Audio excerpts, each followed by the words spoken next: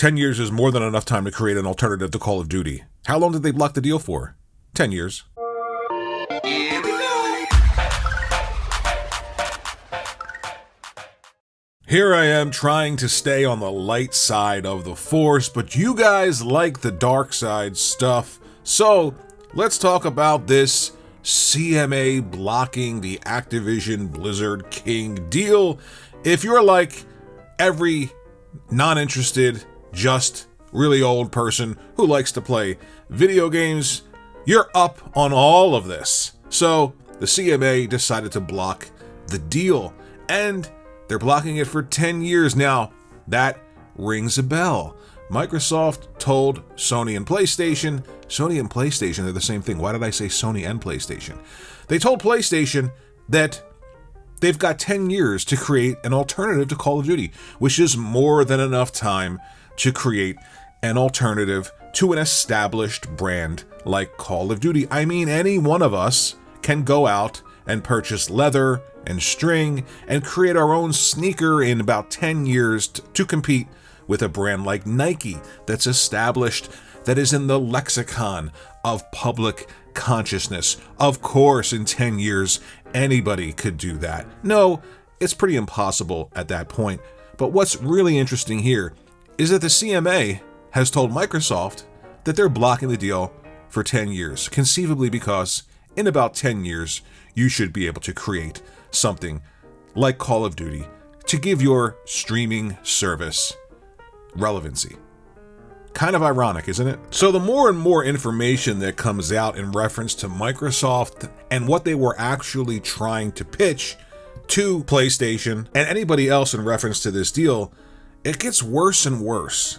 So it says that the UK CMA report appears to reveal why Sony didn't like the 10-year COD deal.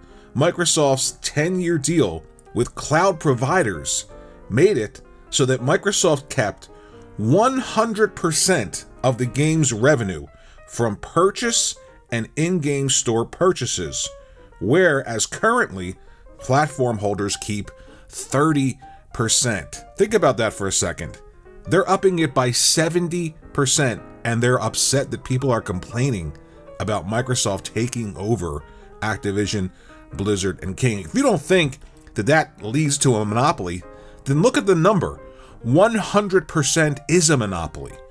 If you have 100% of anything, it's a monopoly. But guys, you're not going to believe it. It gets actually worse. Sony Interactive Entertainment said redacted versions of the observations filed by SIE and Microsoft on the CMA's remedies notice were made public last week. Information regarding the terms of an offer made by Microsoft to provide future Call of Duty releases on PlayStation was redacted at the request of Microsoft. Redacted at the request of Microsoft. Microsoft said, take out that information that we get 100% of the revenue. Why do you think they wanted that taken out? Now, if you hear all of this information and somehow it's anti-Xbox or anti-Microsoft to you, there's a real disconnect between what it is that you should be striving to support.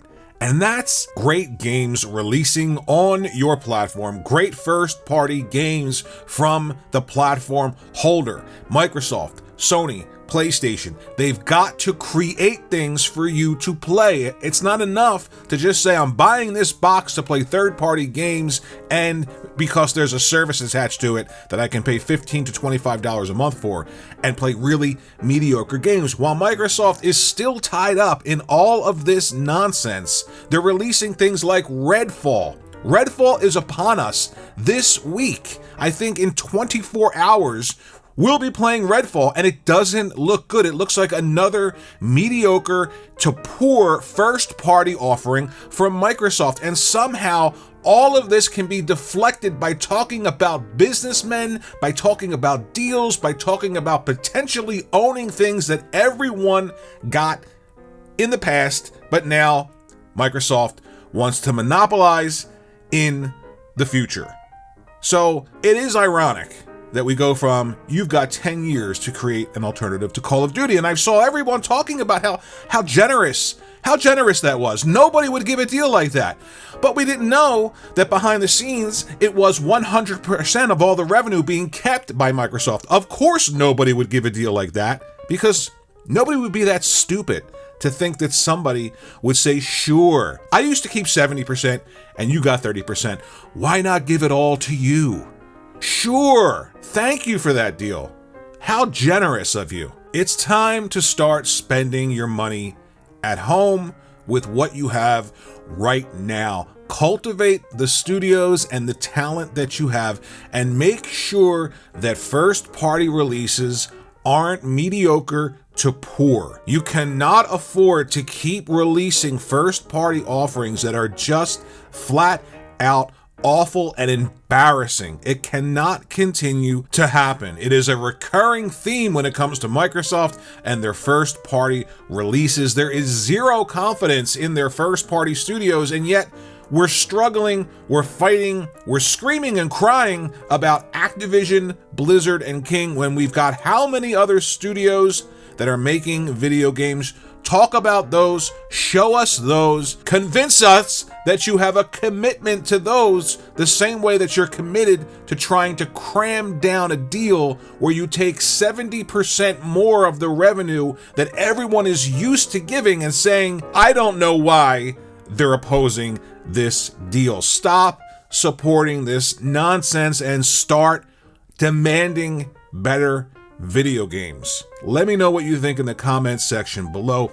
Think about liking and subscribing, and I'll see you in the next video. By the way, Jedi Survivor, the completely unplayable game broken from beginning to end, it's wonderful. Check it out, play it, you'll love it, I love it. See you in the next video.